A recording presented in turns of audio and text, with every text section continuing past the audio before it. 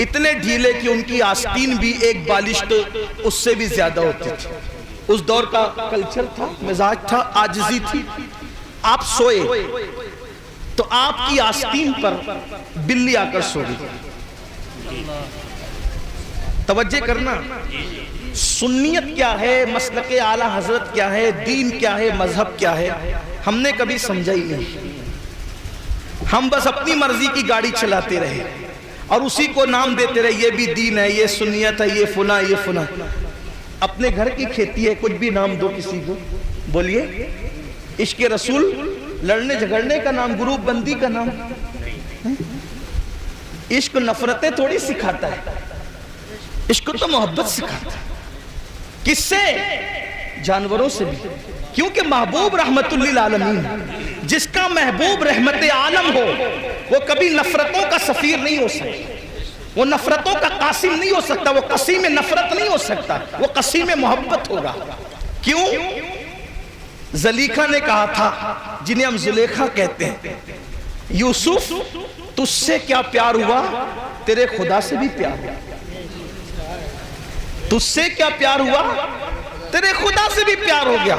اور تجھ سے کیا پیار ہوا، تیرے کنعان سے بھی پیار ہو گیا، تیرے آباء و اجداد سے بھی پیار ہو گیا. اب جب شام سے لوگ آتے تو میں یہ نہیں دیکھتی کہ میری پہچان کا ہے کہ نہیں ہے، یہ دیکھتی ہوں کہ محبوب کے وطن کا ہے. ہائے ہائے، یہ دیکھتی ہوں کہ محبوب کے وطن کا ہے. تو محبوب کا ہم وطن ہو تو وہ بھی محبوب ہو جائے. سنیوں، ہم نے کیسا عشق رسول کیا کہ محبوب کی امت سے بھی نفرت کرتے ہیں. کون سا عشق رسول ہے؟ محبوب کی امت سے بھی نفرت. سیدی احمد کبیر رفاعی سو رہے، ان کی آستین پہ بلی سو گئی. فجر کی اذان شروع ہوئی، آنکھ کھلی، دیکھا کہ میری آستین پر بلی سر رکھ کے سو رہی ہے. ایک طرف فجر کی نماز ہے، ایک طرف بلی کی نیند ہے.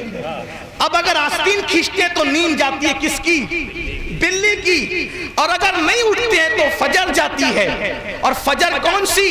جس کی قسم اللہ نے قرآن میں یاد فرمائی، والفجر ولیال عشر. اللہ نے فجر کی قسم یاد فرمائی ہے. بہت بڑی ہے فجر کی نماز، بڑی شان ہے اس کی. فجر کے وقت روزی تقسیم ہوتی ہے. اللہ اکبر. رامپور والوں، لوگ کہتے ہیں مولانا روزی کی تنگی، روزی کی تنگی، روزی کی تنگی. 99% لوگوں کا مسئلہ ہے روزی کی تنگی. وظیفہ دو، تعویذ دو، یہ بتاؤ، وہ بتاؤ. میں کہتا ہوں جس دن مسلمان 100% فجر کی نماز مسجد میں پڑھنے لگے گا، روزی کی تنگی ختم ہو جائے گی. اس کی وجہ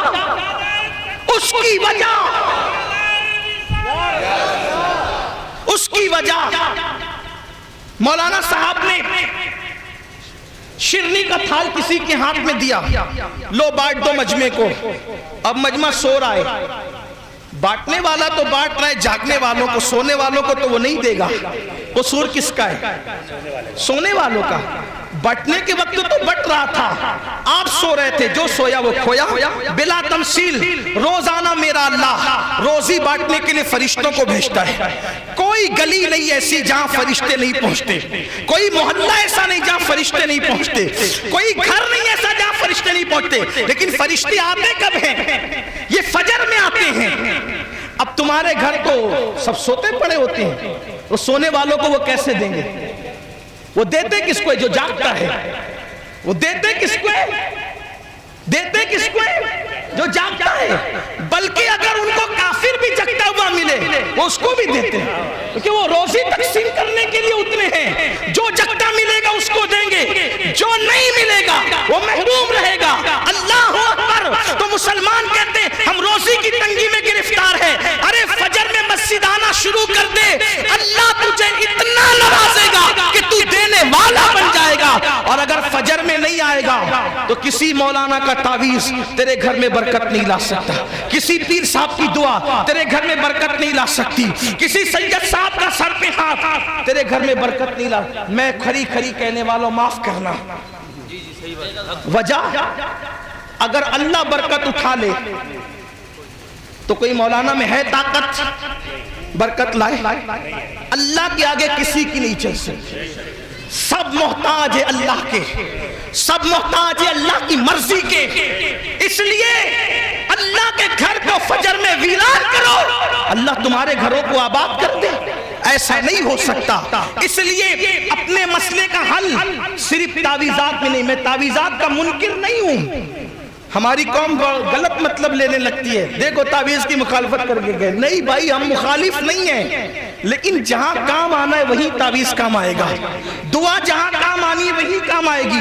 ابھی میں نے کہا نا کوئی پیر صاحب کی دعا آپ کے کام نہیں آ سکتی اگر آپ فجر میں نہیں ہیں، سید صاحب کی دعا بھی سید اس لیے کہہ رہا ہوں ورنہ آپ مجھ پہ بھی الزام رکھے سیدوں کا گستاخ ہو گیا، نہیں میں خود وہاں سے ہوں، فخر کے طور پہ نہیں شکر کے طور پہ کہہ رہا ہوں۔ وجہ حضور کی حدیث میرے سامنے ہے، میرے آقا علیہ السلام فرماتے ہیں جو نماز چھوڑ دیتا ہے نیکوں کی دعا سے اس کا حصہ ختم کر دیا جاتا ہے۔ آپ کا پیر ہے بہت نیک، آپ کے سید صاحب ہیں بہت نیک، آپ کے امام صاحب ہیں بہت نیک، لیکن سید العالمین سید الابرار کہہ رہے ہیں کہ جو نماز چھوڑ دے نیکوں کی دعا میں اس کا حصہ نہیں ہوتا، نیکوں کی دعا سے اس کا حصہ ختم ہو جاتا ہے۔ سنیوں ترقی چاہتے ہو مسجدوں کی طرف آؤ، خدا کے لیے مسجدوں کی طرف آؤ، اپنے مسائل کا حل کل بھی مسجدوں میں تھا، آج بھی مسجدوں میں ہے اور قیامت تک مسجدوں میں رہے گا۔ مسجد وہ اللہ کا گھر ہے جہاں سے انبیاء کو ملتا ہے، جہاں سے صحابہ کو ملا ہے، جہاں سے اولیاء کو ملا ہے، جس کو جو ملا ہے میرے اللہ کی چوکھٹ سے ملا ہے، ہم کو بھی ملے گا تو اللہ کی چوکھٹ سے ملے گا۔ اللہ کا ڈر پکڑو، اللہ والے بنو۔ بات دور نہ نکلے، عرض کر رہا تھا اگر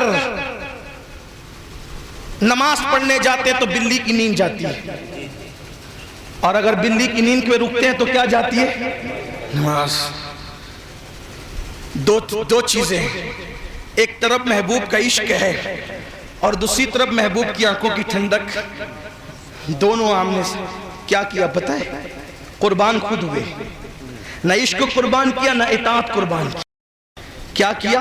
خادم کو اشارے سے کہا ادھر آ، خادم آیا، آپ نے چوڑی آستین تھی میں نے پہلے ہی بتایا، ہاتھ اندر کھینچا اور اتنی آستین کاٹ دی، کینچی سے آستین کاٹ دی۔ اس کا نام دین ہے، یہ تصوف ہے، یہ صوفیزم ہے، یہ ولیوں کی تعلیمات ہے۔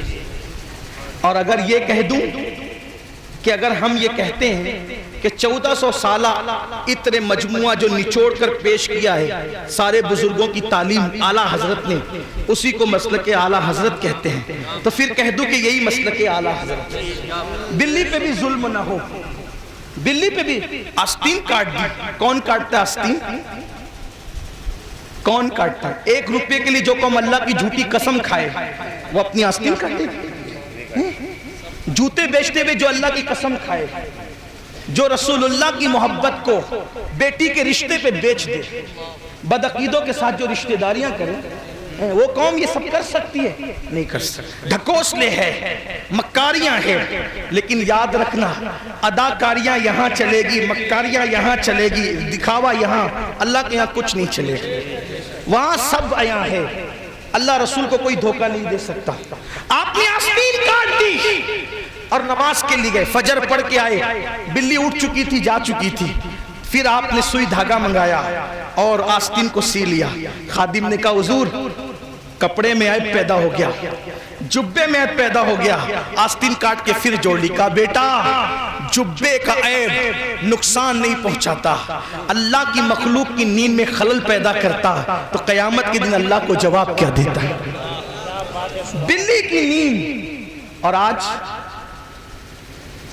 اگر شادی کا موقع ہے تو ایسے ڈی جے بجائیں گے رات کے 2-2 بجے تک، نہ سونے والوں کی فکر، نہ بیماروں کی فکر، نہ پڑھنے والے بچوں کی اسٹڈی کرنے کی فکر، کوئی فکر نہیں۔ میرے گھر شادی ہے میں کچھ بھی کروں، جمہوری ملک ہے، جمہوری ملک میں رہتے ہو لیکن ہو تو مسلمان،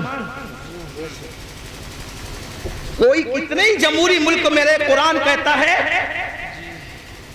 اللہ کی حدوں کو مت توڑو، وَالْحَافِظُونَ لِحُدُودِ اللَّهِ وَبَشِّرِ الْمُؤْمِنِينَ، انہی مومنوں کو بشارت ہے جو اللہ کی حدوں کو پامال نہیں کرتے۔ ہم اللہ کی حدوں کے پابند ہیں، اللہ کی حدوں کو نہیں، کسی بھی ملک میں رہو اللہ کی حد نہیں توڑ سکتے. تو بہرحال عرض یہ کر رہا تھا ایسے عاشقان رسول تھے جو کتے اور بلی کا بھی خیال کرتے تھے. بہرحال تو اللہ فرماتا ہے کامیاب لوگ کون ہیں؟ قد افلح من تزکا، جنہوں نے دل پاک کیے، وذکر اسم ربہ فصلی، اور جنہوں نے اللہ کا ذکر کیا. دل صاف، اللہ کا ذکر، زبان پہ اللہ کا ذکر، پھر دل کو چمکاتا ہے وہ ذکر. اور اللہ کا ذکر بہت بڑا ہے، اللہ کا ذکر بہت بڑا ہے. جب تم اللہ کا ذکر زمین پہ کرتے ہو، اللہ تمہارا ذکر آسمانوں میں کرتا ہے. جب تم اللہ کا ذکر مجلس میں کرتے ہو، پبلک میں، اللہ تمہارا ذکر فرشتوں کی محفل میں کرتا ہے. جب تم اللہ کا ذکر تنہائی میں کرتے ہو تو میرا اللہ تمہارا ذکر اپنی شان کے مطابق شان تنہائی میں کرتا ہے جیسا کہ اس کی شان ہے. ذرا سوچو تو صحیح، اللہ اکبر، تم کتنے عظیم ہو جاتے ہو کہ تم خدا کے ذاکر ہوتے ہو اور اللہ اپنی شان کے مطابق تمہارا ذکر کر رہا ہوتا. اللہ کا ذکر دلوں کو زندہ کرتا ہے. میرے آقا فرماتے ہیں جو اللہ کا ذکر نہیں کرتا اس کا دل مردہ ہو جاتا ہے، اور اللہ کے ذکر سے دلوں کو چین ملتا ہے، دلوں کو سکون ملتا ہے، دلوں کو اطمینان ملتا ہے. تو اللہ فرماتا ہے جنہوں نے دل پاک کیے اور اللہ کا ذکر کیا وہ کامیاب ہو گئے. اور پھر فرماتا ہے جنہوں نے نماز قائم کی، نماز کا ذکر بھی ہو چکا، میں بھی کر چکا. پھر اللہ فرماتا ہے بل تؤثرون الحیات الدنیا والآخرۃ خیر وابقا، اور یہ دنیا جو ہے وہ فنا ہونے والی ہے اور آخرت باقی رہنے والی. میرا اصل عنوان آج یہ ہے، دنیا کی نعمتیں فنا ہوگی، آخرت باقی رہے گی. اچھا قرآن کتنے خوبصورت لب و لہجے میں کہہ رہا ہے. قرآن کا لہجہ تو سب سے خوبصورت ہے، لیکن انداز دیکھیں کیا کہتا ہے قرآن، والآخرۃ خیر و ابقا. اور پھر کیا کہتا ہے ان ھذا لفی الصحف الاولی صحف ابراہیم و موسیٰ. کیا فرما رہا ہے قرآن؟ بے شک یہ پہلے کے صحیفوں میں بھی موجود ہے اور ابراہیم اور موسیٰ کے صحائف میں بھی موجود ہے. مطلب کیا کہ آخرت باقی رہنے والی ہے، دنیا ختم ہونے والی ہے. یہ بات پہلے کے صحیفوں میں بھی ہے، موسیٰ اور ابراہیم کے صحائف میں بھی ہے. اس کی اہمیت کو سمجھو، یہ بات کیوں کہی گئی؟ اللہ تمہیں قرآن میں کہہ دیا کافی ہے. قرآن میں کہنا کافی، قرآن تیرا کلام ہے، قرآن تیری آخری کتاب ہے. لیکن آپ دیکھتے ہوں گے جب کوئی اپنی بات کو زیادہ مضبوط کرنا چاہتا ہے تو کیا کہتا ہے؟ یہ بات صرف میں نہیں کہہ رہا ہوں، مولانا بھی کہہ رہے ہیں، حافظ جی بھی کہہ رہے ہیں، قاری صاحب بھی کہہ رہے ہیں. مطلب کیا میں اکیلا نہیں ہوں یہ بات کہنے میں، اتنے لوگ یہ بات کہہ رہے ہیں. اتنے لوگ بات کہیں تو بات جھوٹی نہیں ہوتی، بڑی مضبوط ہوتی ہے. جیسے آپ نے کہا میں نے صرف چاند نہیں دیکھا، وہ عبداللہ نے بھی دیکھا، عبد الرحمن نے بھی دیکھا، عبد السلام نے بھی دیکھا، عبد القیوم نے بھی دیکھا. یعنی ایک بات جتنے زیادہ لوگ کہیں وہ بہت مضبوط ہوتی ہے. قرآن تو جو کہہ دے تیری بات سے زیادہ بات کس کی مضبوط ہو سکتی ہے. لیکن اللہ آخرت کی اہمیت کو اور دنیا کی بے ثباتی کو بیان کرتے ہوئے کہہ رہا ہے کہ دنیا ختم ہونے والی ہے، آخرت باقی رہنے والی ہے. یہ بات صرف قرآن نہیں کہہ رہا ہے، اس سے پہلے جتنے صحیفے آئے انہوں نے بھی یہ کہا آخرت باقی رہنے والی ہے. ابراہیم کے صحیفے میں بھی کہا آخرت باقی رہنے والی ہے، موسیٰ کے صحیفے میں بھی کہا آخرت باقی رہنے. یعنی اتنی اوتھینٹک بات ہے یہ کہ اللہ کی ہر کتاب کہہ رہی ہے، نبی کا ہر صحیفہ کہہ رہا ہے آخرت باقی رہنے والی. اب اپنی گفتگو سمیٹتے ہوئے کہوں جو اتنی مضبوط بات ہو کہ آخرت باقی رہنے والی ہے اور دنیا ختم ہونے والی، ہم کیا کر رہے ہیں؟ دنیا کے پیچھے دوڑ رہے ہیں، آخرت نہیں. کون سی دنیا؟ مال کمایا، مال جمایا، گھر بنایا، ایک اے سی لگائی، پنکھ، سب کرو. میں منع نہیں کرتا، کیوں؟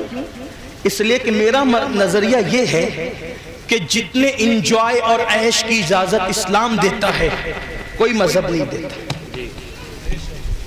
جتنی انجوائے کی اجازت اسلام دیتا ہے. دیکھو اگر کوئی اور مذہب میں کسی کو مذہبی بننا ہے تو وہ اپنی عبادت گاہ سے باہر نہیں نکل سکتا، صحیح نہیں نکل سکتا. لیکن یہاں تو جمعہ کے دن کہا جا رہا ہے فَإِذَا قُضِيَتِ الصَّلَاةُ فَانْتَشِرُوا فِي الْأَرْضِ، مسجد سے باہر نکلو اور کیا کرو؟ اللہ کا فضل روزی روٹی تلاش کرو، کاروبار کرو جا کے۔ پتہ چلا عبادت گاہ سے باہر نکل کر کاروبار کرنا یہ مذہب سے دور ہونے کی علامت نہیں ہے، مذہبی بندے کی علامت ہے، کیونکہ اللہ کا حکم ہے۔ لیکن تجارت کون سی جو تم کرتے وہ نہیں، جھوٹ بول کے، دگا دے کے، مکاری کر کے نہیں، بلکہ سچ بول کے تجارت۔ سچا تاجر نبی اور صدیقوں کے ساتھ جنت میں داخل ہے، انبیاء اور صدیقوں کے ساتھ سچا تاجر جنت میں جائے۔ سچ بولو، سود مت کھاؤ، حرام مت لو، دھوکہ دے کے پیسہ مت کما۔ نوٹ پھٹی ہے تو بتا دو پھٹی ہے، لینا ہوگا لے گا، نہیں لینا ہوگا نہیں لے گا۔ 10 روپے کی پھٹی ہوئی نوٹ کا نقصان ہوگا، 100 کی پھٹی کا نقصان ہوگا، اور ہندوستان میں زیادہ سے زیادہ 2000 کی پھٹی کا نقصان ہوگا۔ کوئی قسمت تھوڑی لے جائے، پھٹ گئی 2000 کی نوٹ، اگر ایمانداری سے بتا دو گے نا پھٹی ہوئی ہے، لینے کا ہوگا تو لے گا، نہیں لینے کا ہوگا تو فیل ہو جائے گی۔ اللہ اس سے بڑھ کے دے گا، اللہ کے قانون پہ چل کے تو دیکھو۔ کھوٹا سکہ کسی کو نہ دو، کھوٹا مال دو تو بتا کر دو، یہ تجارت کے اصول ہیں۔ تجارت کرتے وقت تو جھوٹی قسم مت کھاؤ۔ جھوٹی قسم کے بارے میں حدیث پاک میں آیا ہے، اللہ نے اپنے محبوب سے کہا ہے میرے محبوب جو میرے نام کی جھوٹی قسم کھائے گا میں اس پہ بھی لعنت کروں گا اور اس کی 7 پشتوں پہ لعنت کروں گا۔ جھوٹی قسم، لوگ تو یوں ہی جھوٹی قسم کھاتے ہیں۔ جھوٹی قسم تو آج مسلمانوں کی عادت بن گئی، مت کھاؤ، سچی بھی مت کھایا کرو اس وقت تک جب تک عزت خطرے میں نہ پڑ جائے، جب تک جان خطرے میں نہ پڑ جائے، جب تک مال خطرے میں نہ پڑ جائے، جب تک شدید نقصان کا اندیشہ نہ ہو، سچی بھی مت کھاؤ۔ جو بات بات پر قسم کھائے اللہ اس کی روزی کو تنگ کر دیتا ہے۔ قسموں سے بچو، سچی قسم سے بھی۔ ہاں بار بار اگر کسی چیز پہ قسم اٹھانا ہے تو اسلام کی حقانیت پہ اٹھاؤ، اس کی ممانعت نہیں ہے۔ رسول اللہ کی احادیث پہ اٹھاؤ، اس کی ممانعت نہیں۔ دنیا کے معاملے میں قسموں سے بچو۔ اللہ پاک کا فرمان ہے اے محبوب اپنی امت سے کہو کہ وہ میرے نام کو قسموں کا نشانہ نہ بنا لے، اللہ کو قسموں کی نشان نہ بنا دے، قسموں کے تیر نہ چلائے خدا کے عزت و جلال پر، یہ فرمان ہے۔ اور ہم قسمیں کھا رہے ہیں چھوٹی چھوٹی بات پہ۔ اٹھا قرآن شریف، قرآن کی قسم کھا۔ قرآن قسم کھانے کے لیے آیا تھا یا پڑھنے پڑھانے کے لیے آیا تھا؟ زندگی میں داخل کتنی بار پڑھنے کے لیے قرآن اٹھایا اور کتنی مرتبہ قسم کے لیے قرآن اٹھایا، یہ تو سوچو۔ بہرحال تو عرض یہ کر رہا تھا اسلام جتنی انجوائے کی اجازت دیتا ہے کوئی مذہب نہیں دیتا۔ دیکھو اور مذہب میں پارکوں میں گھومنے پھرنے کو نہیں جا سکتے، اور اسلام کیا کہتا ہے سیرو فی الارض، زمین کی سیر کرو۔ اگر آپ گارڈن میں جاتے اس لیے کہ پھولوں کو دیکھ کے غور کرو گے کہ جس نے بنایا پھول اتنا خوبصورت ہے، بنانے والے کے حسن کا عالم کیا ہو۔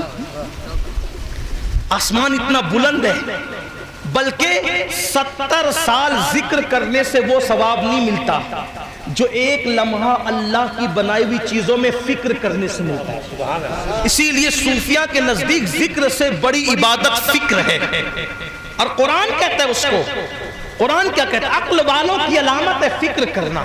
قرآن کہتا ہے ان فی خلق السماوات والارض واختلاف اللیل والنہار لآیات لأولی الالباب الذین یذکرون اللہ قیاما وقعودا وعلی جنوبہم ویتفکرون فی خلق السماوات والارض ربنا ما خلقت ھذا باطلا سبحانک فقنا عذاب النار۔ اللہ فرماتا ہے عقل مند ہے وہ لوگ جو زمین اور آسمان کی بناوٹ میں غور کرتے ہیں، رات و دن کے آنے جانے میں غور کرتے ہیں، اور پھر ان کی شان کیا ہوتی ہے؟ جب وہ غور کرتے ہیں اللہ کی نشانیوں میں، وہ کھڑے ہوتے ہیں تو اللہ کا ذکر کرتے ہیں، وہ بیٹھتے تو اللہ کا ذکر کرتے ہیں، وہ کروٹوں پہ لیٹتے تو اللہ کا ذکر کرتے ہیں، اور پھر وہ کیا کہتے ہیں اللہ کی نشانیوں کو دیکھ کر، زمین اور آسمان کی پیدائش کو دیکھ کر وہ کہتے ہیں ربنا ما خلقت ھذا باطلا سبحانک فقنا عذاب النار۔ اے ہمارے رب تو نے کسی چیز کو باطل پیدا نہیں کیا، بے مقصد پیدا نہیں کیا، اور تو ہمیں عذاب سے محفوظ فرما لے۔ تو یہ اللہ کی نشانیوں میں غور کرنے کا بھی ثواب ہے۔ سمندر دیکھو، جاؤ دیکھو، سمندروں کو دیکھو، دریاؤں کو دیکھو، دریاؤں کے کنارے جا کے عیاشی نہ کرو، سمندروں کے کنارے جا کر کے زنا کے اڈے قائم نہ کرو۔ دیکھو اتنا بڑا سمندر، موجیں اٹھ رہی ہے، زمین پہ گر رہی ہے، سر پٹک رہی ہے. یہ کس کی جستجو میں سر پٹک رہی؟ ذرا اندازہ تو کرو. کوئی تو ہے جس کی جستجو اس کو سر کون پٹکتا ہے؟ بے قرار.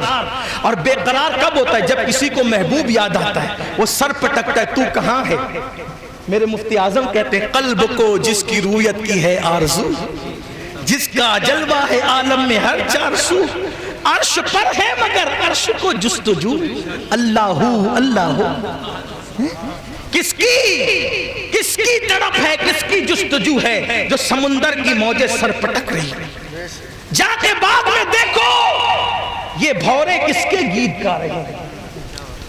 جا کر کے باغ میں غور کرو یہ کلیاں کس کے حکم سے مسکرا رہی ہیں. یہ نسیم سحر کیوں چل رہی ہے؟ یہ شمیم کیوں ماری ماری بھٹک رہی ہے؟ یہ گل کیوں رانا ہے؟ کیچڑوں کے اندر لالا کیوں کھلا ہوا ہے؟ بلبل کس کا پروانہ ہے؟ پپیہا کس پی کو پکار رہی ہے؟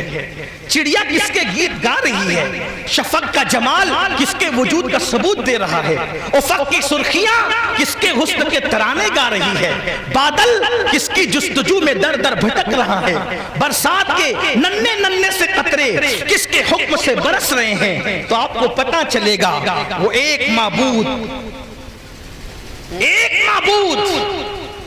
ایک مسجود، ایک وحدہ لا شریک، ایک الہ، ایک ذات جس کی محبتوں کے ترانے انبیاء نے گنگنائے، جس کی محبت کی بات انبیاء کرتے رہے. ہاں آگ کس کی محبت میں جل رہی ہے؟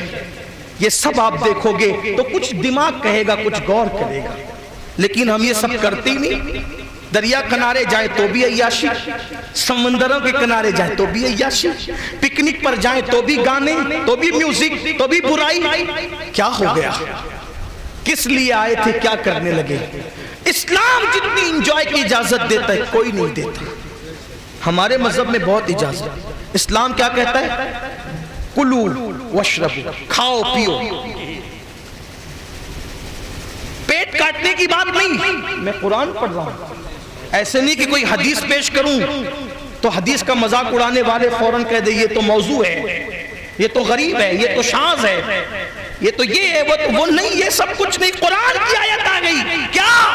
کلو واشربو، کھاؤ پیو. قید لگائی ولا تسرف، حد سے آگے نہیں بڑھنا، حد سے تجاوز نہیں کرنا. کھاؤ پیو، جتنا کھا سکتے ہو کھاؤ، جتنا پی سکتے ہو پیو، مگر کھا پی کر آوارہ گردی نہیں کرنا. کھا پی کر جو طاقت آئے اس سے عیاشی نہیں کرنا، اس سے زنا کے اڈوں پہ نہیں جانا، اس سے شراب کے اڈوں پہ نہیں جانا، اس سے جوا کے اڈوں پہ نہیں جانا. کھانے پینے پہ جو طاقت ملے اس سے اللہ کی عبادت کر کے اللہ کو راضی کرنا، تو تمہارا کھانا بھی عبادت بن جائے گا.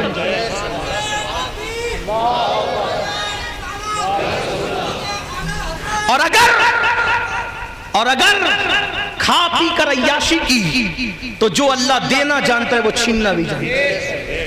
آپ کو نہیں پتا بڑے بڑے بادشاہوں سے اس نے دولت چھین کر ان کو بھکاری بنا دی. کیا سمجھتے ہو دولت کے نشے میں اگر اللہ کو بھول جاؤ گے تو قدرت وہ سزا دے گی کہ نسلیں یاد رکھے گی. کہاں گیا مغل خاندان جس نے 7 یا 6 صدیوں تک ہندوستان پہ حکومت کی؟ اس مغل خاندان کا نام و نشان مٹ گیا. کہاں گیا گوری؟ کہاں گیا خلجی؟ کہاں یہ لوگ؟ آپ کو پتہ چلے گا. دیکھو جو اچھے تھے وہ اچھے تھے، جو برے تھے ہم ان کی کوئی تائید نہیں کرتے. ہمیں تھوڑی کسی کی طرف سے وظیفہ ملتا ہے، اور نہ ہم مغلوں کی حکومت میں، نہ خلجیوں کی حکومت میں ہیں، اور نہ غوریوں کی حکومت میں ہیں. ہم تو اللہ کی حکومت میں.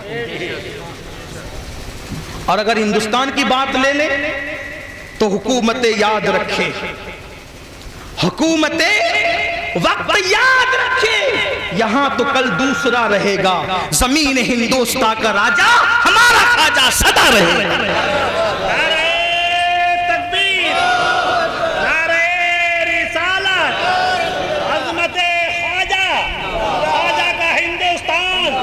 سرزمین فیض اللہ نگر، سید امین القادری صاحب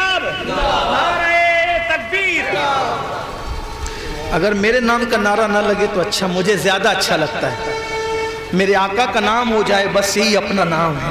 ہم سب کی نسبتیں ان کی نسبت میں فنا ہے. ہاں اس لیے میں آپ کو گزار محبتوں کا بہت احترام کرتا ہوں، آپ کی جذبات. میرے نام کا نعرہ مجھے برا لگتا ہے اس لیے کہ میں ابھی اس قابل نہیں ہوا کہ میرے نام کا نعرہ لگے، اس لیے کہ ہم سب کی نسبتیں رسول اللہ کی نسبت میں فنا ہے. اور ہم تو دعا کرتے ہیں ایسا گما دے ان کی ولا میں خدا ہمیں، ڈھونڈا کریں پر اپنی خبر کو خبر نہ. وہ اور لوگ ہیں جن کے نعرے نام کے نعرے لگنے چاہیے، اپنے نہیں، اپنی کوئی حیثیت نہیں، کیا اوقات. اللہ آپ کے صدقے ہماری بے حساب مغفرت کرے، آپ کے سننے کے صدقے مغفرت کرے. مغفرت اتنی آسان نہیں جتنا ہم نے بنا رکھا ہے، اور اتنا مشکل بھی نہیں جتنا تبلیغی جماعت والے کہتے ہیں. انہوں نے بہت مشکل کیا اور آپ نے بہت آسان کیا. معافی چاہتا ہوں. آپ چہرے دکھا کے جنت کے ٹکٹ بانٹتے ہیں، ایسی جنت نہیں ہے. ان کا چہرہ دیکھو جنت، ان کا چہرہ دیکھو. جن کے چہرے دکھا کے جنت بانٹ رہے ہو، یہ مکاری اور یہ فریب ہمیں نہیں کرنا چاہیے. جن کے چہرے دکھا کے جنت بانٹ رہے ہو، کیا ان کا جنت میں جانا بھی کوئی یقینی ہے؟ آپ کے کان میں کس نے کہا کہ اس کا خاتمہ بھی بالخیر ہوگا؟ جس کا چہرہ دکھا کے آپ جنت بانٹ رہے.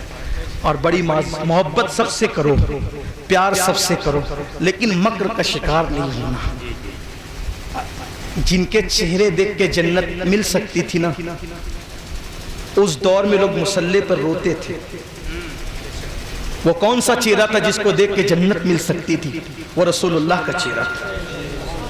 لیکن ان کے گھر میں رہنے والی خود ان کی بیوی زوجہ پاک، جس کی شان میں سورہ نور نازل ہوتی، محبوبہ محبوب رب العالمین، صدیقہ طیبہ طاہرہ سیدہ عائشہ سلام اللہ علیہا، وہ فجر میں جو مصلی پہ بیٹھتی تھی تو ظہر تک یہ کہتی تھی اللہ عائشہ کی مغفرت کر دے.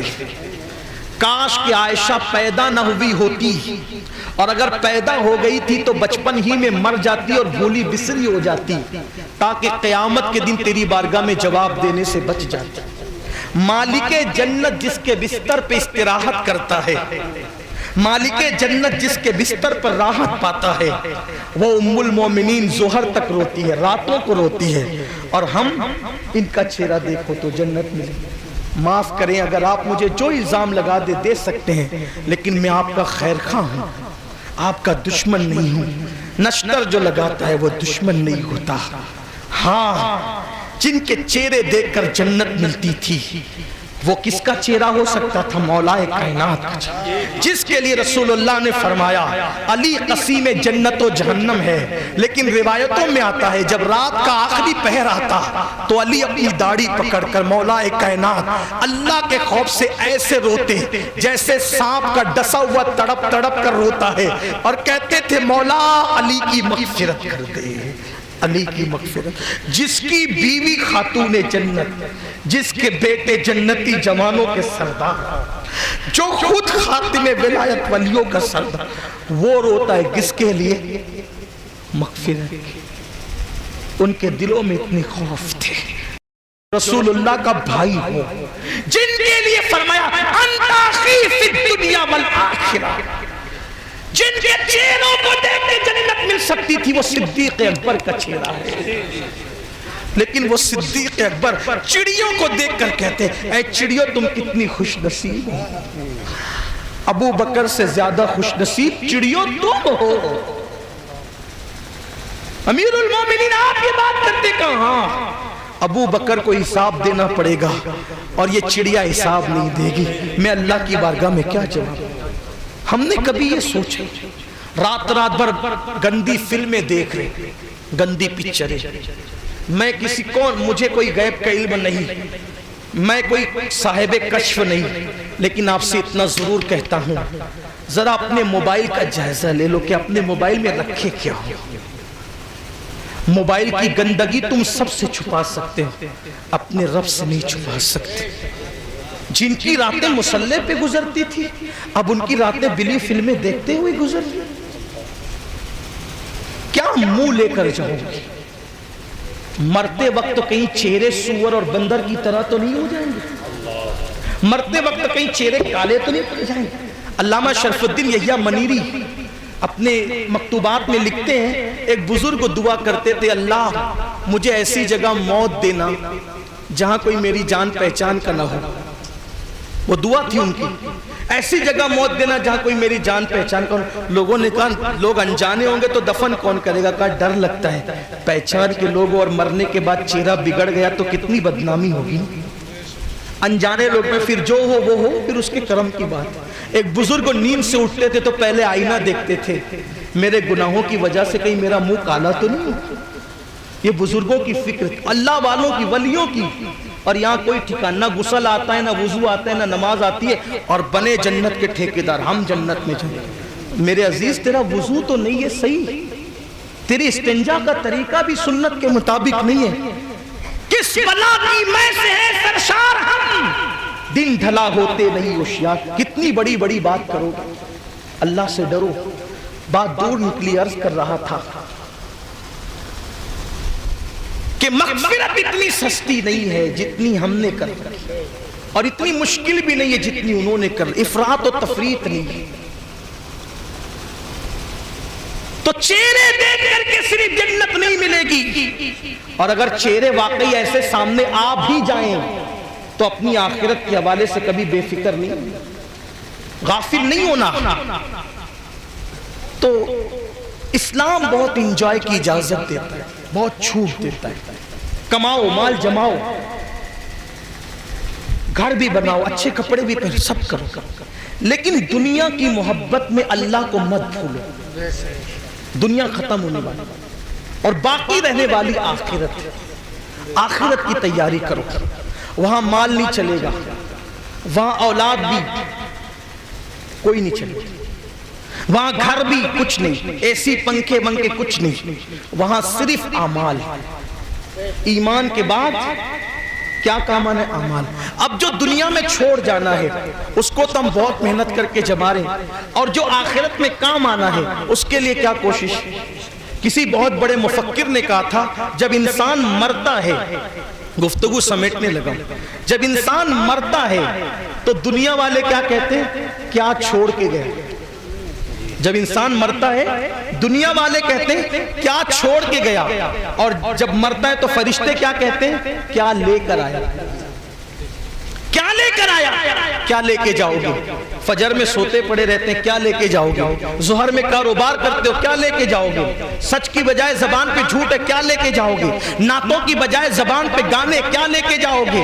اللہ رسول کی محبت کی بجائے دنیا کی محبت ہے، کیا لے کے جاؤ گے؟ آخرت باقی رہنے والی ہے، اس لیے آخرت کی تیاری کرو، آخرت کی فکر کرو. میرے عزیز، میرے جوانوں، یہ آج دنیا نے جو تمہیں نت نئے گناہوں کے اندر ڈبو دیا ہے، ان گناہوں کی گندگی سے نکلو، اس گناہوں کی غلاظت سے نکلو، ان تمام گناہوں کی گندگی سے باہر آؤ.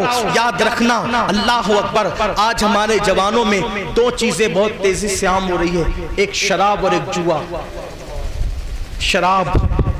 شراب کے متعلق حدیث پاک میں آیا ہے کہ جب کوئی بندہ شراب پیے گا اور بغیر توبہ کے مر جائے گا تو قیامت کے دن وہ اس حالت میں اٹھے گا کہ اس کے گلے میں شراب کی بوتل لٹک رہی ہوگی، اور اس کا منہ یا تو سور کی طرح ہوگا یا تو بندر کی طرح، اور اس کی آنکھوں سے خون بہ رہا ہوگا، اور اس کے منہ سے غلاظت پاخانہ نکل رہا ہوگا، اس کے بدن پر بچھو چپکے ہوئے ہوں گے. اس حالت میں وہ آئے گا اور اس کے ہاتھ میں شراب کا جام ہوگا. فرشتے اس پہ لعنت کر رہے ہوں گے، یہ دیکھو شرابی آیا. کیا حال ہوگا؟ چھوٹی چھوٹی عمر کے 16 17 سال کے لڑکے نشہ کر رہے ہو. کیوں نشہ کر رہے ہو؟ میں پوچھتا ہوں کیوں نشہ کر رہے ہو؟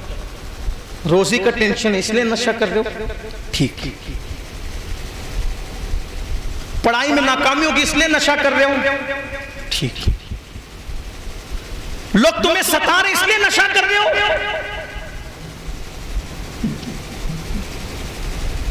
منشیات کے ذریعے سے، دواؤں کے ذریعے سے، شراب کے ذریعے سے، بھنگ کے ذریعے سے، افیون کے ذریعے سے، ڈرگ کے ذریعے سے، یہ سب نشہ کر رہے ہو. اس سے نشے سے کیا ہوگا؟ جتنی دیر تک نشہ ہوگا ٹینشن بھول جاؤ گے، بعد میں اس سے ڈبل بے چینی ہوگی. تو نشہ کہاں لے جائے گا؟ خودکشی کی طرف لے جائے گا.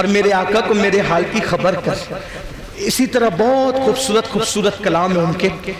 تو وہ مدینہ شریف جاتے تھے اور ہر سال جاتے تھے۔ دیکھو یقین، اپنے اندر یقین پیدا، یقین۔ لوگ کہتے ہیں مولانا ہم تو گنہگار ہیں، ہم پکاریں گے تو آئیں گے کیا؟ میں کہتا ہوں یہاں نیک اور گنہگار کا مسئلہ نہیں ہے، یہاں یقین کا مسئلہ ہے۔ جو یقین سے پکارے پھر وہاں ان کا جلوہ دیکھو۔ ہر سال جاتے تھے مدینہ شریف، اور جب واپس ہونے لگتے تھے تو آقا سے کہتے تھے اچھا یا رسول اللہ اب میں جا رہا ہوں، اجازت ہے؟ تو قبر انور سے آواز آتی تھی بسلامت روی و باز آئی، جاؤ پھر آنا، جاؤ پھر آنا، مطلب دوبارہ آنے کی بشارت بھی مل جائے۔ جب آخری مرتبہ آخری حاضری تھی وصال کے پہلے، آخری والی وصال سے پہلے آخری حاضری، کہا حضور میں جا رہا ہوں، بس سلامت روی، جاؤ سلامتی کے ساتھ، باز آئی نہیں کہا، پھر آنا نہیں کہا، جاؤ۔ بہت روئے، اب یہ آخری حاضری۔ آج بھی لوگ جواب پاتے ہیں کوئی یقین تو پیدا کر۔ نیکی کی بات نہیں ہے، ہم تو سب گنہگار ہیں، وہاں یقین چاہیے، یقین چاہیے، یقین۔ پھر دیکھو کیسے مدد آتی۔ تو مدینہ شریف کے علامہ جامی، بھوک لگی، آقا کے پاس مزار شریف پہ، حضور آپ کے شہر میں بھوکا ہوں، پیسے ختم ہو گئے، کھانا نہیں ہے۔ بس وہیں آنکھ لگی، اللہ کے حبیب تشریف لائے خواب میں۔ آقا روٹی ہاتھ میں ہے، روٹی ہاتھ میں، روٹی ہاتھ میں کیا ہے؟ ایک لقمہ اپنے ہاتھ سے کھلایا، ایک لقمہ اپنے ہاتھ سے کھلایا، اور بقیہ روٹی ہاتھ میں پکڑائی، کہا اچھا جامی میں چلتا ہوں۔ حضور گئے، آنکھ کھلی تو جو لقمہ منہ میں رکھا تھا وہ منہ میں موجود تھا، جو روٹی ہاتھ میں رکھی تھی وہ ہاتھ میں موجود تھی۔ یہ یقین سے ان کو پکارو، پھر دیکھو کیسا کرم ہوتا ہے۔ اور دوسری بات اور آخری بات، کوئی مصیبت، پیسہ چاہیے پورے یقین سے حضور سے مانگو۔ مسئلہ آ گیا حضور کی بارگاہ میں، اب آپ کہیں گے اللہ کی بارگاہ میں نہیں، ہم نے کب منع کیا؟ ہم نے کب منع کیا؟ یہ تو ہم سنیوں پہ الزام ہے کہ یہ اللہ سے مانگنے کو منع کرتے ہیں۔ کوئی بتائے تو صحیح، کوئی بتائے تو صحیح کہ سنیوں نے کبھی اللہ سے مانگنے کو منع کیا؟ ہم تو کہتے اللہ ہی دینے والا ہے، اللہ ہی دینے والا ہے، لیکن ساتھ یہ بھی ہے اللہ ہی دینے والا ہے اور مصطفیٰ جان رحمت ہی تقسیم کرنے والا۔ انہوں نے کہا نا، انہوں نے خود کہا واللہ یعطی انما انا قاسم، اللہ عطا کرنے والا ہے اور میں ہی تقسیم کرنے والا ہوں۔ میرے امام کہتے ہیں رب ہے معطی، یہ ہے قاسم، رزق اس کا ہے کھلاتا۔ خلق کے حاکم ہو تم، رزق کے قاسم ہو تم سے ملا جو ملا تم پہ کروڑوں درود۔ بے شک اللہ اور حضور جو دیتے ہیں وہ اللہ ہی کی عطا سے دیتے ہیں، اللہ ہی کی عزت سے دیتے ہیں۔ بہرحال اس پہ دلیلیں ہوگی تو پھر بہت وقت ہوگا، لیکن عاشقوں کی محفل ہے، عاشقوں کے یہاں دلیل کی کوئی ضرورت نہیں۔ ویسے اگر دلیل چاہیے تو سب سے بڑی دلیل تو یہی ہے، اللہ فرماتا ہے قرآن میں وَأَمَّا السَّائِلَ فَلَا تَنْهَرْ، محبوب جو تیرے پاس مانگنے آئے اسے جھڑکا نہ کر، یعنی دے دیا کر۔ ایک بات آپ کو بتاؤں، یعنی اللہ کیا چاہ رہا ہے؟ محبوب کے در پہ بھیڑ لگی رہے مانگنے والوں کی۔ اللہ نہیں چاہتا کہ ان سے نہ مانگے، تو کیا کہتا؟ محبوب جو تیرے پاس آئے اس کو میرے پاس بھیج، یہی تو۔ لیکن کیا کہتا ہے؟ وَأَمَّا السَّائِلَ، جھڑکنا نہیں مانگنے والے کو، یعنی دے دینا، جھولی بھر دینا۔ ارے وہ فقیر جو جاہل ہوتے ہیں، ان پڑھ ہوتے ہیں، ان کو بھی اتنا شعور ہوتا ہے دیہاتی ہونے کے باوجود، وہ روزانہ اسی چوکھٹ پہ جاتے ہیں جہاں سے، بولو اتنا تو بول سکتی ہو نا، وہ وہیں جاتے جہاں سے کتنا بھی سیٹ ہو لیکن ہے ایک نمبر کا بخیل کنجوس، کوئی جائے گا وہاں؟ بچہ فقیر بھی ہوگا تو نہیں جائے گا۔ جس کے آستانے سے ملتا ہے وہیں پر بھیڑ لگی ہوتی ہے، وہیں پہ قطار لگی ہوتی ہے۔ اب اللہ فرما رہا ہے پیارے جو تیرے در پہ آئے اس کو نہ نہیں کہنا، جھڑکنا نہیں، دے دینا۔ مطلب کیا؟ جب تم بھر بھر کے دو گے تو لوگ آ کر لے جائیں گے۔ اسی لیے میرے امام کہتے ہیں جو گدا دیکھو لیے جاتا ہے توڑا نور کا۔ توڑا کس کو کہتے ہیں؟ توڑا، توڑا مطلب تھیلا۔ کیا مطلب؟ توجہ ہے؟ جو گدا دیکھو لیے جاتا ہے توڑا نور کا۔ نور کی سرکار ہے، کیا اس میں توڑا نور کا؟ یہ دوسرا توڑا کیا ہے؟ توڑنا، کمی کرنا، تقسیم کرنا، منقسم کرنا۔ تقسیم کون سی؟ بانٹنے والی نہیں، کمی والی، کمی والی۔ ٹھیک، امام کیا کہتے ہیں؟ جو گدا دیکھو لیے جاتا ہے توڑا نور کا، جو گدا دیکھو لیے جاتا ہے توڑا نور کا۔ نور کی سرکار ہے، کیا اس میں توڑا نور کا؟ نور کی سر، ارے جو تھیلے بھر بھر کے دے، دامن بھر بھر کے دے، بتاؤ اس سے نہ مانگے تو پھر کس سے مانگے؟ میرے امام کہتے ہیں میرے قریب سے کر، قطرہ کسی نے مانگا، دریا بہا دیے ہیں، تربے بہا دیے ہیں۔ کون دیتا ہے؟ دینے کو منہ چاہیے، دینے والا ہے سچا ہمارا نبی۔ وہاں کیا جود و کرم ہے، شہر کا کہا تیرا نہیں، سنتا ہی نہیں مانگنے والا تیرا۔ اور کہتے مومن ہوں۔ کون؟ مومن ہوں، مومنوں پہ رؤوف الرحیم ہوں، سائل ہوں، سائلوں کو خوشی لا نگر کی ہے۔ اور کیسے ملتا ہے؟ کتنی ارجن ملتا ہے؟ منگتا کا ہاتھ اٹھتے ہی، توجہ ہے، منگتا کا ہاتھ اٹھتے ہی داتا کی دین تھی، تیری قبول عرض میں بس ہاتھ بھر کی ہے۔ ادھر ہاتھ پھیلایا ادھر عطا ہو گیا۔ تو اس لیے حضور علیہ السلام سے اپنی نسبت کو مضبوط کرو، طلب کرو، مانگو، اللہ کے رسول ضرور عطا کریں گے۔ اور اس یقین کے ساتھ مانگو، اس یقین کے ساتھ کہ حضور دیں گے، حضور دیں گے اور ضرور دیں گے، حضور دیں گے ضرور دیں گے۔ کیسے دیتے؟ مانگنے والوں کو کیسے دیتے؟ ایک مرتبہ کا واقعہ ہے، امام اہل سنت اعلیٰ حضرت خود بیان کرتے ہیں، کہتے ہیں مدینہ منورہ سے ایک شیخ، ایک بزرگ کا خط آیا، مولانا مجھے کچھ پیسوں کی ضرورت ہے۔ اور اتفاق سے اسی دن، جس دن خط آیا اسی دن میں نے کتابیں، کاغذ، جو بھی اخراجات تھے سب ختم کر دی۔ میرے پاس پیسے نہیں تھے، ایک خط دیکھنے کا موقع نہیں ملا، دوسرے دن خط دیکھا، پریشان ہوا، ابھی کچھ پیسے نہیں ہیں، ان کو 50 روپے بھیجنا ہے۔ مدینہ منورہ کے شیخ کو، بزرگ کو 50 روپے بھیجنا ہے۔ اگر اب آج نہیں بھیجوں گا تو ایک ہفتہ لگ جائے گا، کیونکہ ڈاک کل جانے والی ہے، ہفتے میں ایک ہی بار ڈاک جاتی تھی۔ کہتے ہیں میں نے مدینہ منورہ کی طرف رخ کیا، آقا سے عرض کی یا رسول اللہ آپ کے شہر میں ایک سید صاحب عالم بزرگ ہے، انہوں نے پیسے منگائے ہیں، آقا پیسوں کا انتظام نہیں، 50 روپے بھیجنا، حضور 50 کا انتظام کر دیجئے۔ یقین دیکھو، اب لوگ اس پہ مذاق اڑاتے ہیں، یہ لوگ تو کہانی قصہ بیان کرتے، سنیوں کے پاس بچا کیا ہے۔ ہم کہتے ہیں جو لذتیں ہمیں عشق میں ملتی ہے کاش وہ تجھے بھی نصیب ہو جائے، خدا تجھے کسی طوفان سے آشنا کر دے کہ تیرے بحر کی موجوں میں اضطراب نہیں۔ حضور سے مانگا کیا؟ 50 روپے، حضور 50 روپے دیں۔ کہتے ہیں کہ حسنین میاں جو ان کے بھتیجے تھے، مولانا حسن بریلوی کے بیٹے، وہ آئے، کہنے لگے حضرت ممبئی سے سیٹھ صاحب آئے تھے اور لفافہ دے گئے۔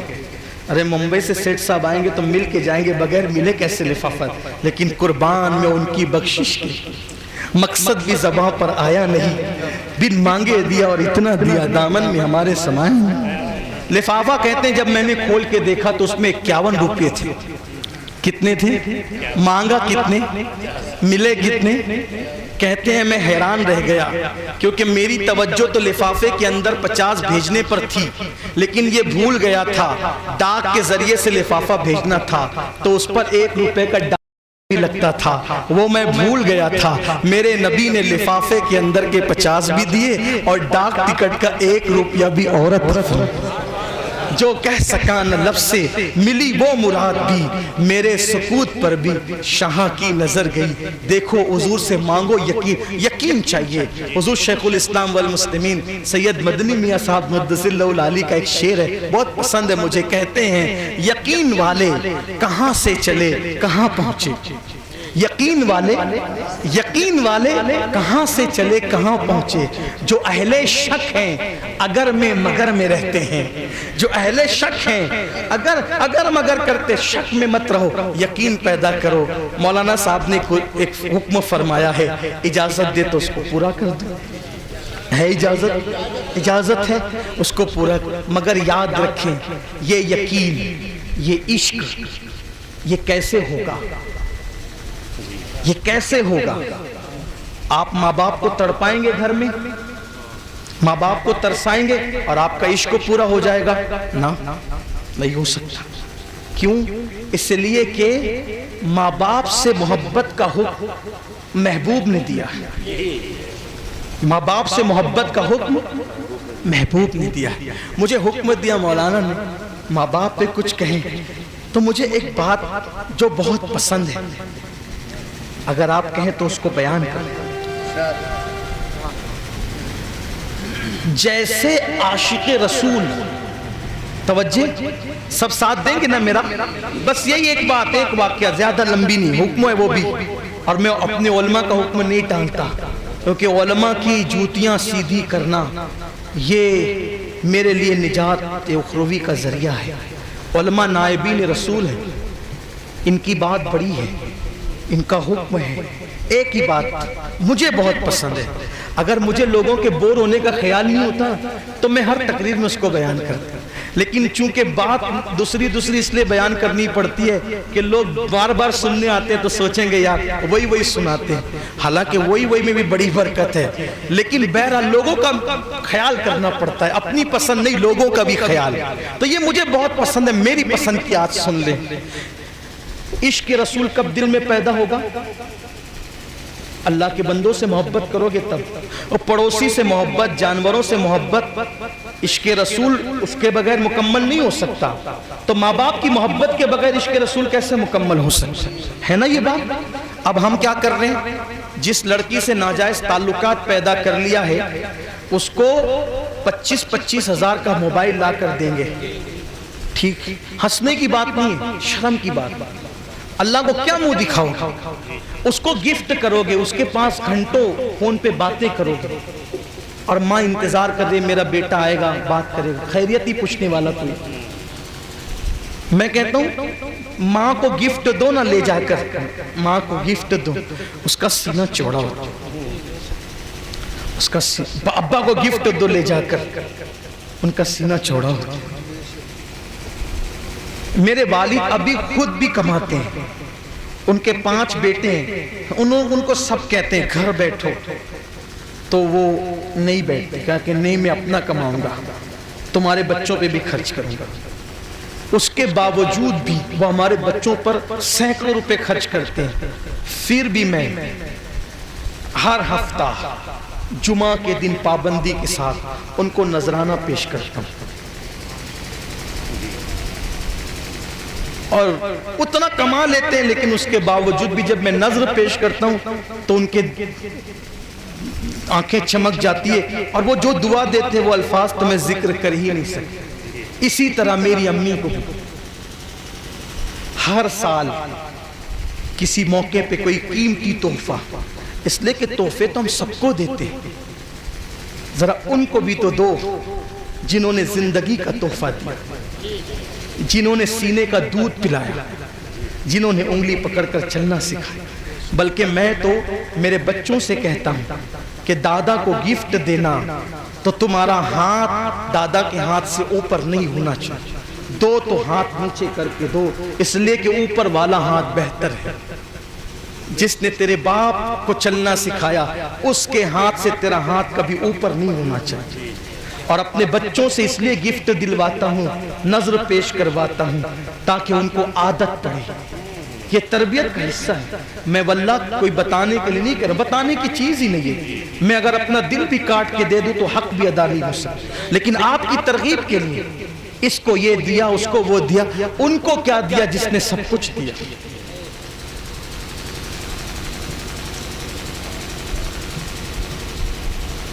پیر صاحب کو بلا کر کے دیسی مرغی کھلا رہے ہو، کبھی ابا کی بھی تو دعوت کرو۔ آج میری طرف سے ابو آپ کی دعوت ہے، میں آپ کو دیسی مرغی کھلاؤں گا۔ اس کا دل سے پوچھو کتنی دعا۔ ایک گھر میں رہتے ہو پھر بھی کہو آج خاص آپ کے لیے۔ ارے کھائے گا پورا گھر، صرف اتنا کہہ دو گے نا خاص آپ کے لیے، دیکھنا اس کا سینہ کتنا پھول۔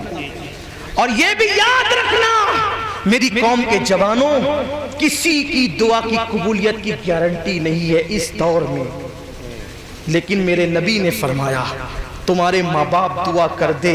سید العالمین جان دعا نے کہا، جان ایمان نے کہا ماں باپ کی دعا کبھی رد نہیں ہوتی۔ جو دعا رد نہیں ہوتی وہ لینے تیار نہیں ہو، اور جو دعا کا کوئی ٹھکانہ نہیں ہے وہاں کے لیے دھکے کھا رہے۔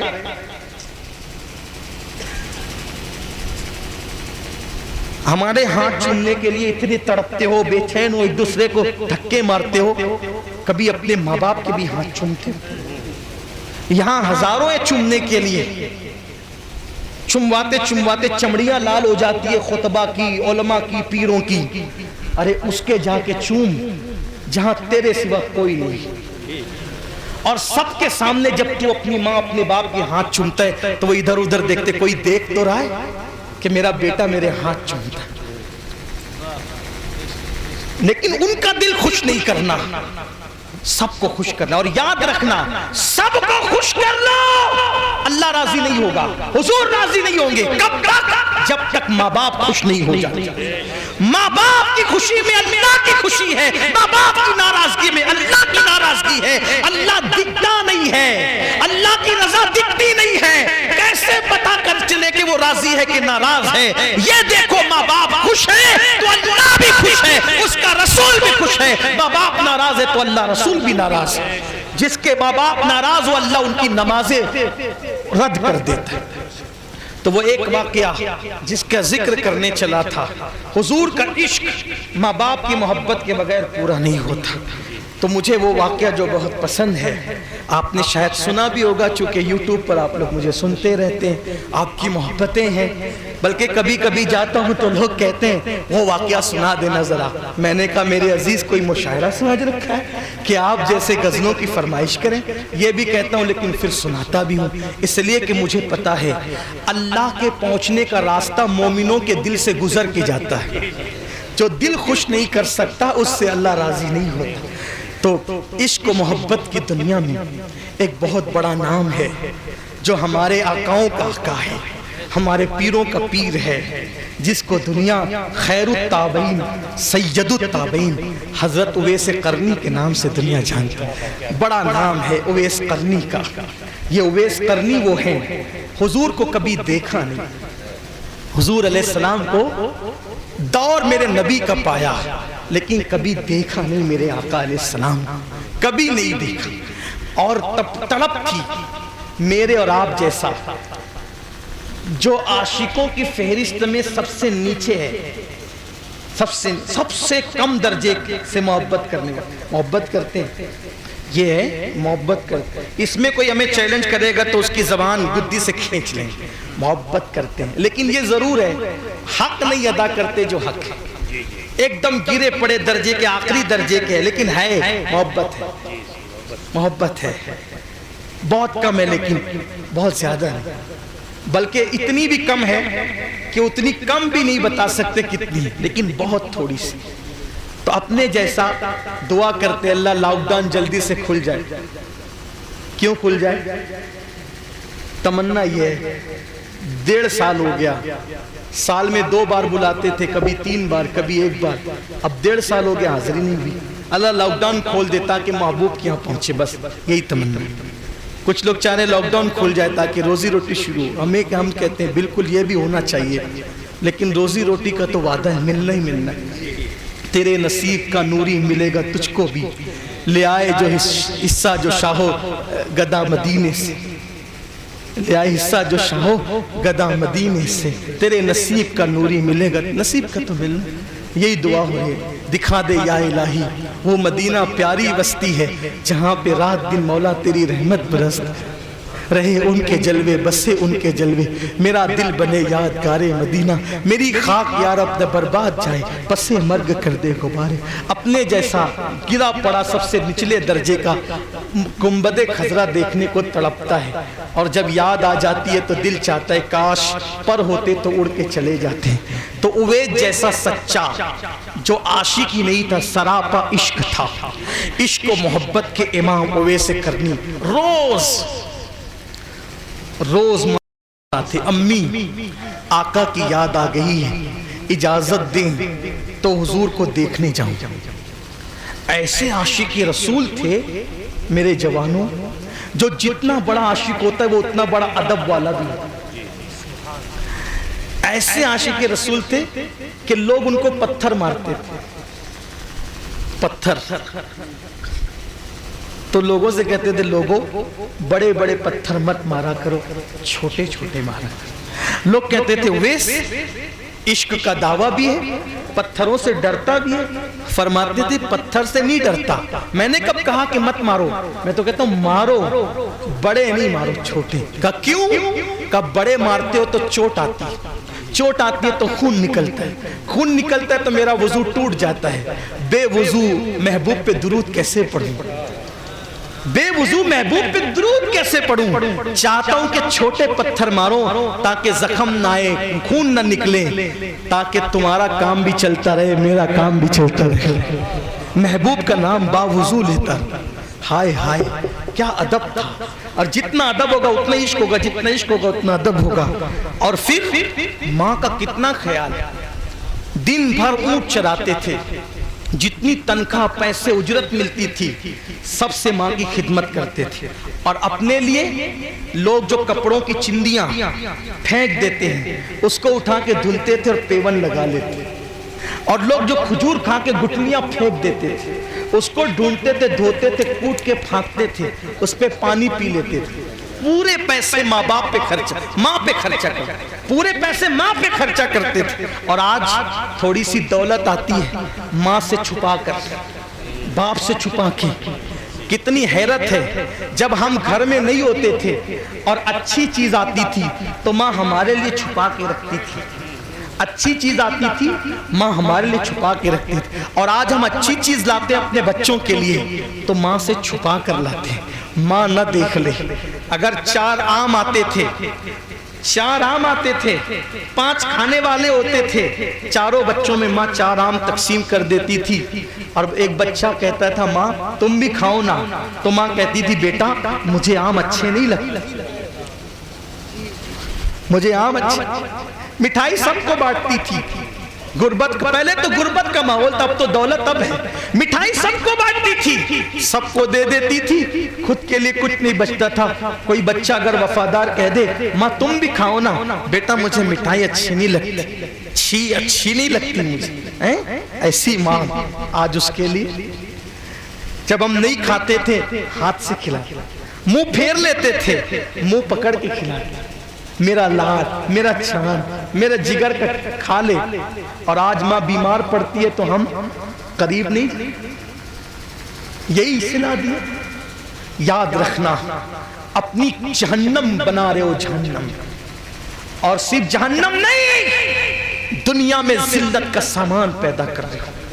ہمارے بزرگوں نے فرمایا ہر پاپی اور مجرم کو آخرت میں عذاب ملتا ہے، ماں کا دل دکھانے والے کو دنیا ہی میں عذاب ملتا ہے. آج اپنے ماں باپ کے ساتھ جو سلوک کرو گے، اگر اچھا کرو گے تو تمہاری اولاد اس سے اچھا کرے گی، اور برا کرو گے تو تمہاری اولاد اس سے بد سے زیادہ بدسلوکی کرے گی. ہمارے پاس آج کہتے ہو میرا باپ نماز نہیں پڑھتا،